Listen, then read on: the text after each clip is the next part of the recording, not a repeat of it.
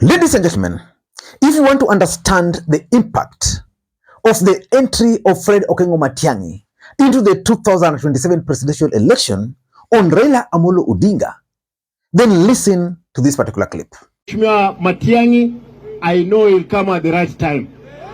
We will be with him. We have other leaders who will join the race for 2027. And we are determined to make sure the leadership of this country, one day, one time, the leadership of Kisii, Who is that? That is the governor for Kisii, Simba Arati. Who is Simba Arati? Simba Arati is one of the ODM deputy party leaders, which means with the entry of Fred Matiangi into the 2027 presidential race, Raila Odinga is likely to lose one of his loyal deputy party leader.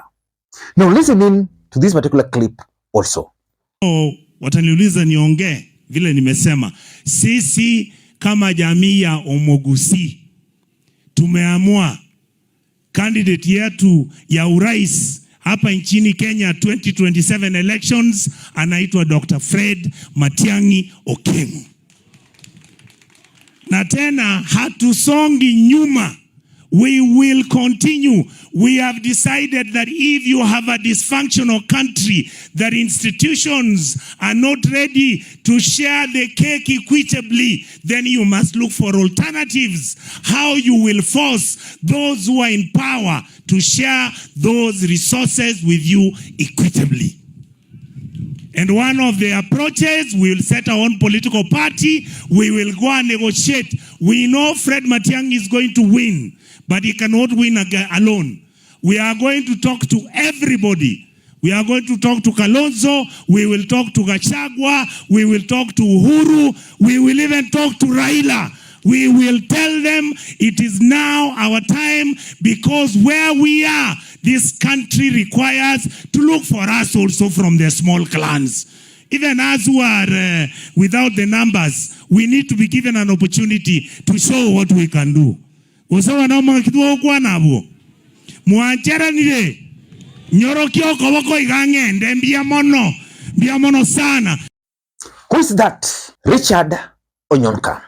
Which means with the entry of Fred Matiangi into the 2027 presidential race, Raila Odinga and ODM party are likely to lose one of the most progressive senators we have in the Republic of Kenya.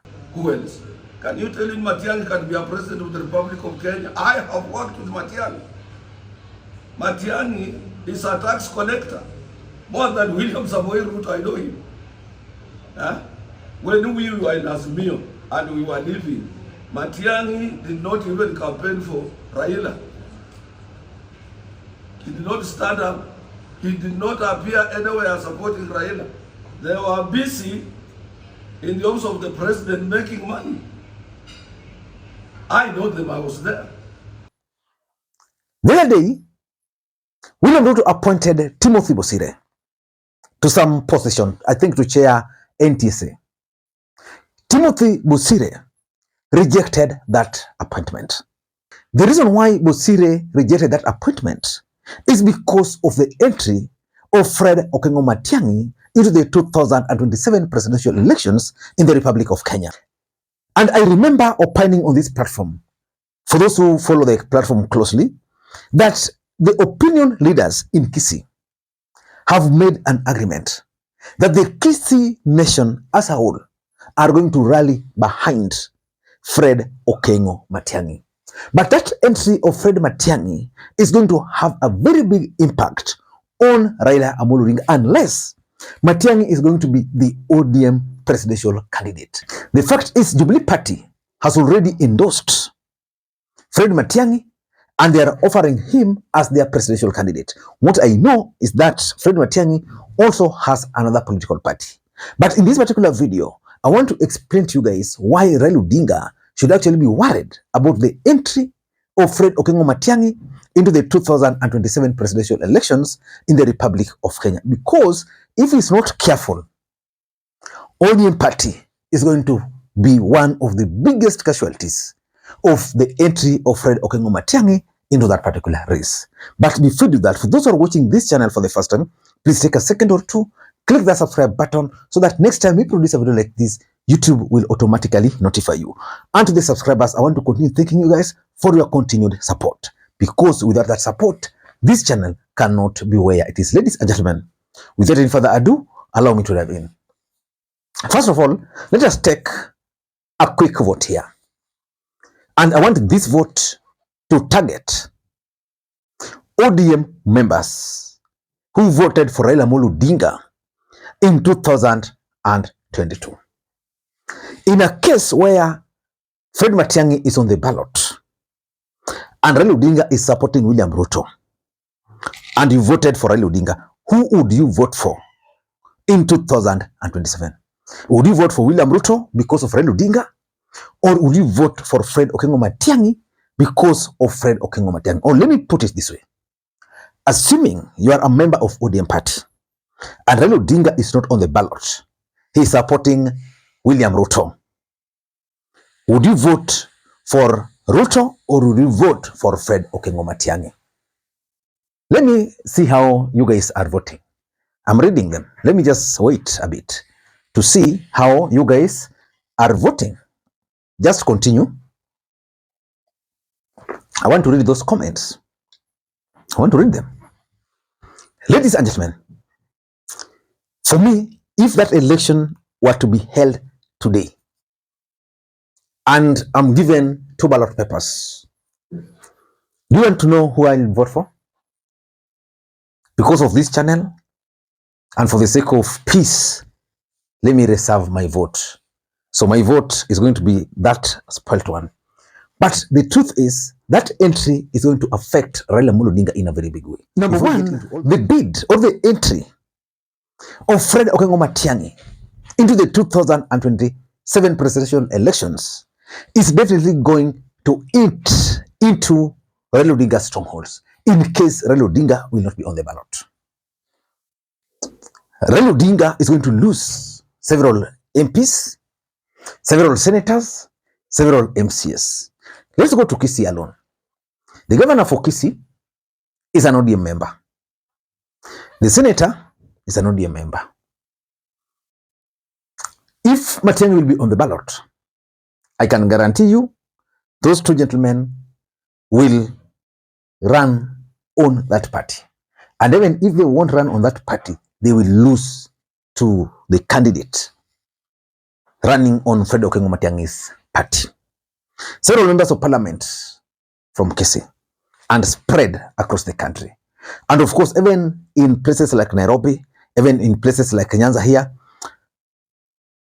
if ODM will not be on the ballot and Matiangi is a presidential candidate and that bid is embraced, ODM will see fire.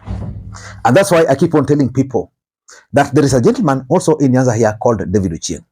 You guys need to start watching that particular party, MDG, because MDG is also going to be a big beneficiary of Raila Odinga not running.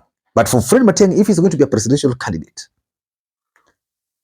he's going to eat into ODM strongholds. The Kisii, which has traditionally voted for Raila Odinga, will vote for him.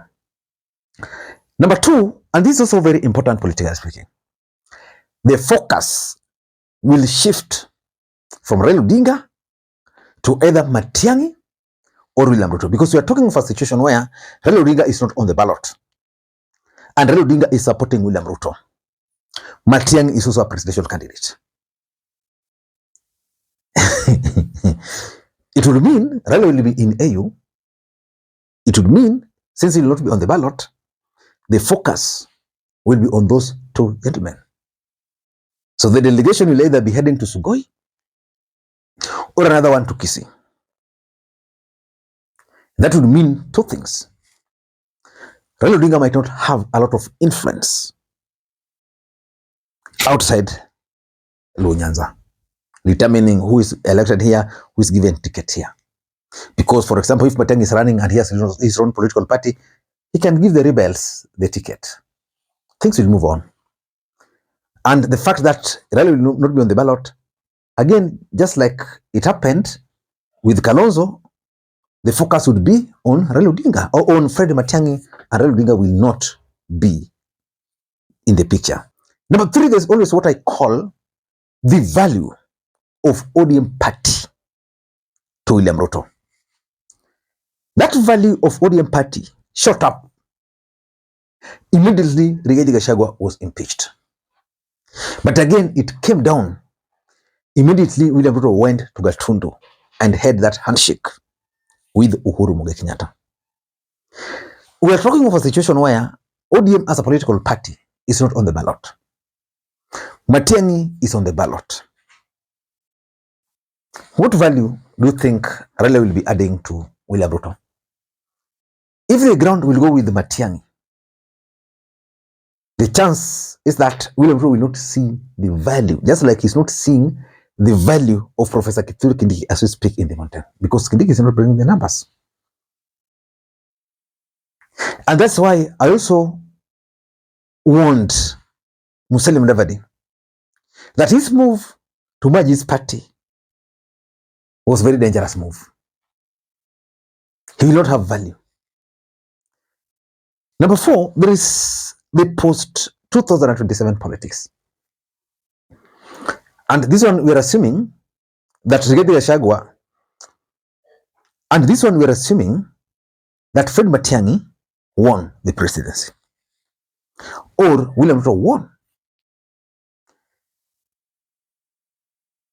The impact will be huge, because after the 2027 election, of course, we'll know Raila has lost several MPs.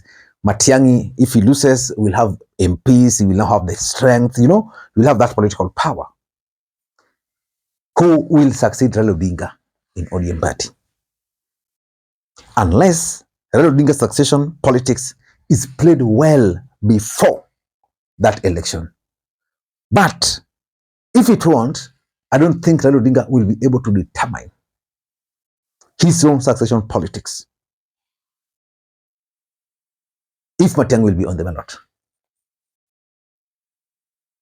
I don't think. And lastly, that party, if Matiangi will be on the ballot, is going to offer soft landing to ODM members during nominations. You see, if there's one mistake which ODM as a political party has always committed, is how they manage their party nominations. At the end of the day, people who don't deserve party tickets are always given those tickets. With Matiangi as a presidential candidate, it would mean that if you lose ODM ticket, you can easily move to that party, because that party is going to create kind of a wave in Nyanza here. I mean, in Nyanza here, not only in Nyanza, in Nyanza here. Ladies and gentlemen, the entry of Matiangi, in my own view, Raila Odinga must treat it with a lot of care. Because if he won't manage it well, then it's going to have a very big impact on the future of Raila Odinga and his party, the ODM party. I don't know what to think. That's my take. Until next time, this is Lee Makwiny. By the way, if you watch the video up to this stage, please comment pale. You know what you normally write there. I'll be taking another minute or two to respond to some of your comments before I go to bed. Until next time, this is Lee Makwiny. Bye-bye.